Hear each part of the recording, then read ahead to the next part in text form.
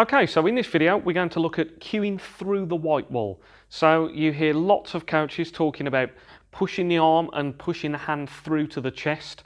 You hear people say things like complete the shot, and you hear people say things like get through the ball.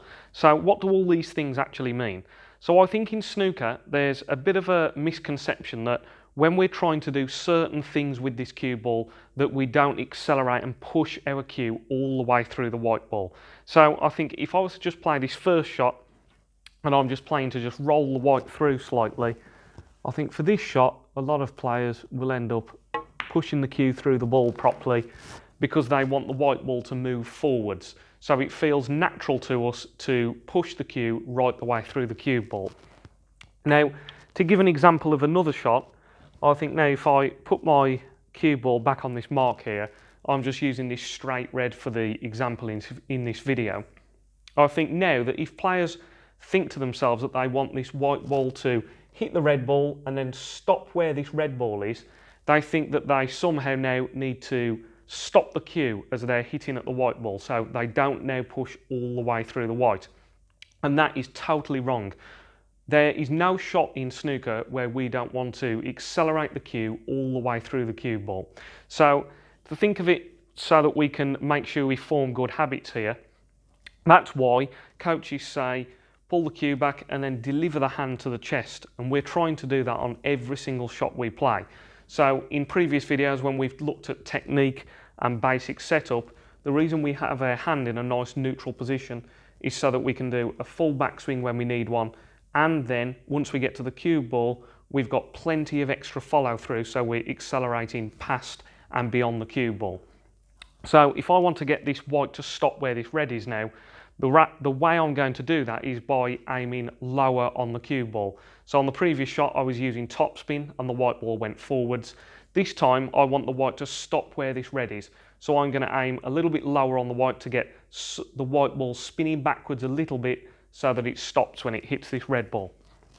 So let's aim a little bit lower on the white, so I'm in the centre of the white, and push all the way through.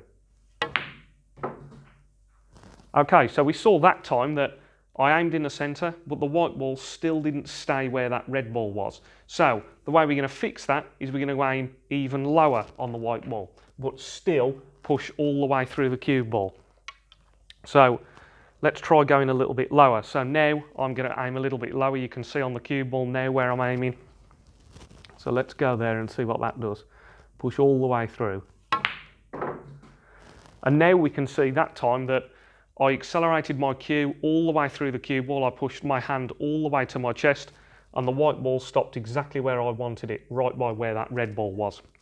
A good way of thinking about this so that you get and form really good habits is that when we play snooker shots, your finishing point with the cue is not that white ball. The finish point is past the white ball. You're trying to hit the white ball and then carry on accelerating all the way through. So let's put this red on again. Now let's say I want to bring the white backwards slightly. I'm going to do that now by aiming lower on the white ball again.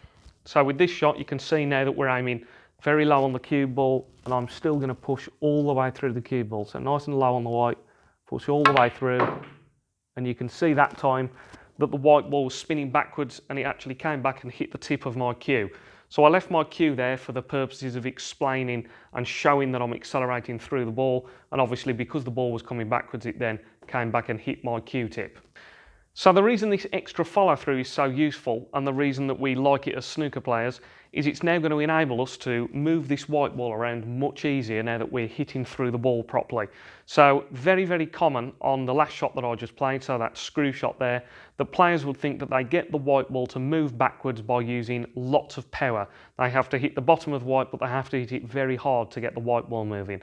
And you actually find that you can get the white ball moving using very little power as long as we push right the way through the white ball. The more we're pushing through the bottom of the white, the more we start the white ball spinning backwards, and that's what gets the screw back on the shot without us having to hit it too hard. So I'm going to play one here very gently, trying to screw off into the pocket where I am here, so I'm going to have to move out the way, but so I push all the way through.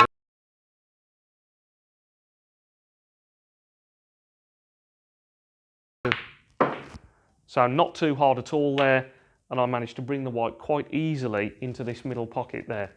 So there are no shots in snooker when we're not pushing the cue all the way through the white ball and completing the shot properly. That's the message that I wanted to get across in this video. It's very, very common for players to think they've got to quit on certain shots, punch on certain shots.